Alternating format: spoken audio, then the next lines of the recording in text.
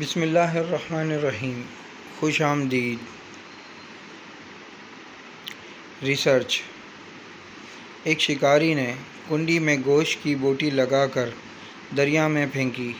ایک مچھلی اسے کھانے دوڑی، وہیں ایک بڑی مچھلی نے اسے روکا کہ اس کو منہ نہ لگانا، اس کے اندر ایک چھپا ہوا کانٹا ہے جو تجھے نظر نہیں آ رہا۔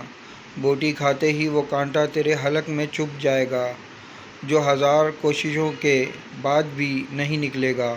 تیرے تڑپنے سے باہر بیٹھے شکاری کو باریک ڈوری سے خبر ہو جائے گی، تو تڑپے گی، وہ خوش ہوگا۔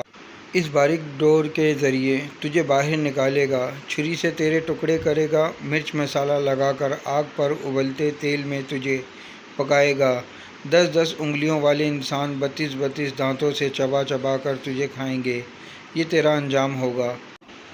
بڑی مچھلی یہ کہہ کر چلی گئی۔ چھوٹی مچھلی نے دریا میں ریسرچ شروع کر دی۔ نہ شکاری، نہ آگ، نہ کھولتا تیل، نہ مرچ مسالہ، نہ 10-10 انگلیوں اور 32-32 دانتوں والے انسان، کچھ بھی نہیں تھا۔ چھوٹی مچھلی کہنے لگی، یہ بڑی مچھلی پتھر کے زمانے کی باتیں کرنے والی، کوئی حقیقت نہیں اس کی باتوں میں۔ میں نے خود ریسرچ کی ہے، اس کی بتائی ہوئی کسی بات میں بھی سچائی نہیں۔ میرا ذاتی مشاہدہ ہے، وہ ایسے ہی سنی انسنی نام نہاد غیب کی باتوں پر یقین کیے بیٹھی ہے۔ اس ماڈرن سائنسی دور میں بھی پرانے فرسودہ نظام لیے ہوئے ہے۔ چنانچہ اس نے اپنی ذاتی مشاہدے کی بنیاد پر بوٹی کو منہ ڈالا، کانٹا چبھا، مچھلی تڑپی، شکاری نے ڈور کھینچ کر باہر نکالا۔ آگے بڑی مچھلی کے بتائے ہوئے سارے حالات سامنے آ گئے۔ انبیاء علیہ السلام نے انسانوں کو موت کا کانٹا چبھنے کے بعد پیش آنے والے غیب کے سارے حالات و واقعات تفصیل سے بتا دیے ہیں۔ بڑی مچھلی کی طرح کے عقل مند انسانوں نے انبیاء کی باتوں کو مان کر زندگی گزارنی شروع کر دی۔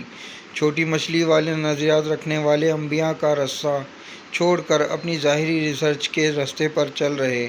موت کا کانٹا چبھنے کے بعد سارے حالات سامنے آ جائیں گے۔ مچھلی پانی سے نکلی، واپسی نہ گئی۔ انسان دنیا سے گیا، واپس نہ آیا۔ بس یہی وقت ہے اگر سمجھ گئے۔ ویڈیو اچھی لگے تو لائک کریں، کامنٹس کریں، شیئر کریں اور میرا یوٹیوب چینل سبسکرائب کریں اور بیل آئیکن کے بٹن کو دبائیں تاکہ آپ کو ایسی اچھی ویڈیو متواتر مل سکیں۔